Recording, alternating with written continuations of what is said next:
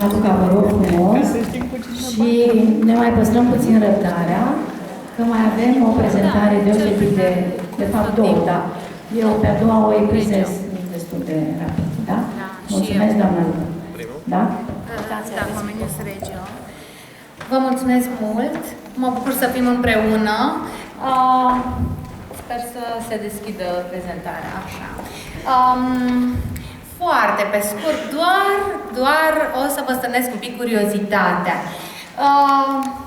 Vedeți aici despre ce proiect este vorba, dar aș vrea să vă întreb un lucru. Să presupunem că sunteți profesor de educație fizică, ne imaginăm, și aveți de predat o alergare. Unde ați preferat să fie alergarea aceasta? În aer liber. Unde exact? În parc. Dar dacă ați fi profesor de desen și v-ați gândit la o activitate creativă, unde credeți că ar fi copiii încântați să picteze? În parc, la muzeu. La care muzeu? La muzeul de artă. Poate s-ar inspira din tablouri, exact. Mai unde? La Muzeul Țăranului. Foarte frumos, ne-a spus colega. Deja ne-am gândit. La Zambaccian, exact. Dar dacă ați fi profesor de muzică, unde am putea cânta un cântec cu copiii? Unde v-ați gândit? La operă. Ce idee bună, uite, de operă. La Ateneu, exact. Unde? În parc? În parc ar putea cânta? Da. În parohie, în biserica de lângă școală ar putea cânta? Da, de ce nu? Poate să fie un cântec religios. Ei, cred că v-ați dat seama de ideea proiectului nostru. Pornit în urmă cu vreo 2 ani, ne-am gândit unde ar fi încântați copiii noștri să învețe. Unde am putea noi să le predăm ca să fie și mai încântați? În diverse locuri din oraș. Și așa a apărut proiectul nostru, City as a Learning Place where learning is an adventure. Orașul ca spațiu de învățare unde învățarea este o aventură. În proiect suntem parteneri cu o regiune minunată. Hai să vă duc și eu cu gândul, să vă spun și eu o poveste. Lituania. Este o țară fostă din cadrul fostă sovietică, da? Este o țară mică, o țară cu zone rurale, un loc unde parcă timpul s-a oprit. Sunt oameni atât de calzi, de balticii sunt introvertiți, interiorizați, copiii sunt foarte cuminți, cântă la 2-3 instrumente, sunt multe păduri. Deja e un loc diferit complet de traficul nostru din București.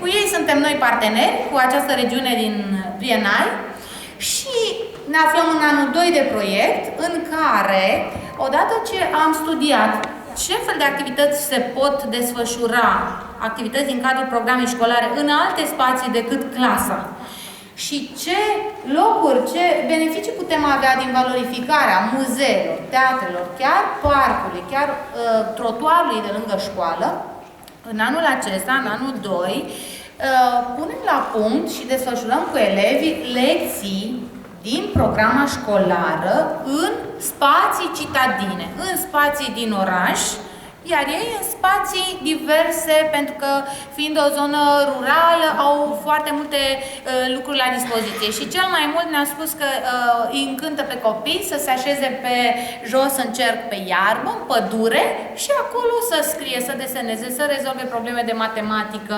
Nici nu ne-am fi gândit la asta. Noi ne gândeam la tot felul de jumbușlucuri pe care trebuie să le facă muzeele, dar ce să le arătăm, cum să fie. Ei s-au gândit așa mult mai simplu. E un lucru minunat pe care poți să-l înveți de la alți parteneri, să vezi ce lucruri fabuloase, fascinante pot fi de fapt niște lucruri simple, la care poate nici nu te-ai fi gândit. În anul acesta, deci, o să punem la punct metodologia și o să desfășurăm cu copiii toți partenerii din proiect, pentru că suntem mai mulți parteneri. Avem 2 școli, școala 87, cu inimoasa Mirela Beiu, directoare, Liceul Teoretic Lovinescu, școala 112, doamnei Luminița îi place să spună școala ca numărul de la salvare 112, da? Muzeul Municipiului București a fost mai devreme una dintre colege și Clubul Ioanis, un ONG, bineînțeles alături de ISMP, care este partenerul nostru tradițional, așa, și ne gândim să facem și mai multe lucruri împreună și alături de toți, pentru că noi, vedeți, tot prezentăm aici, dar toate lucrurile astea, pot să le spun un secret, doamna inspectoare? Un secret din casă. Dă din casă. Numai de data asta. Numai de data asta, da. Toate proiectele acestea se fac în colaborare, lucrând în echipă, unii cu alții. Ați văzut? Nu, singuri nu avem cum să facem. Lucrând unii cu alții și m-aș bucura, mai ales dumneavoastră care ați rămas aici și cărora vreau să vă mulțumesc pentru că ați stat până spre final, ceea ce e o mare performanță. Aș îndrăzni să vă rog, așa cum îi rugăm și noi pe elevii noștri, din atâtea proiecte și din atâtea idei, poate, cu siguranță, mă gândesc, va veni o idee. Acea idee de proiect, de parteneriat, idee mai necristalizată, mai, eu știu, fantezistă, care v-a venit în minte în cursul acestei dimineți, să nu ezitați să vă notați pe ceva și să ne o spuneți și nouă. Pe mail, la telefon, pentru că așa apar proiectele. Sunt aici atâția ochișori și atâtea minți puse la una lângă alta, cu siguranță că ne vin idei. Bun. Ca să închei despre proiectul nostru, o să propunem chiar un concurs de lecții în afara orașului, atât de planuri de lecții, cât și de filmări. Să vedem cum reușesc colegii noștri să lucreze cu copiii în alte părți din oraș. Și ca o extindere a acestui proiect, chiar pe drum încoace discutam, ar fi bine ca nu numai școlile partenere din proiect să poată să expună lecții și să facă activități. Sunt sigură că și dumneavoastră aveți în școală măcar o oră de genul acesta, predată în alt loc. Poate chiar numai văzând proiectul, vă gândiți acum, unde ați putea preda o oră de chimie, spre exemplu, și o să vă anunțăm la Casa Corpului Didactic din București, da?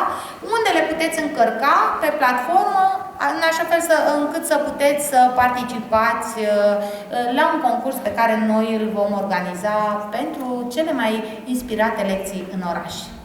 Întrebări dacă aveți? Dacă nu, idei, sugestii? Măcar una? Pe mail? Pe mail. Pe mail. Bun, vă mulțumesc mult!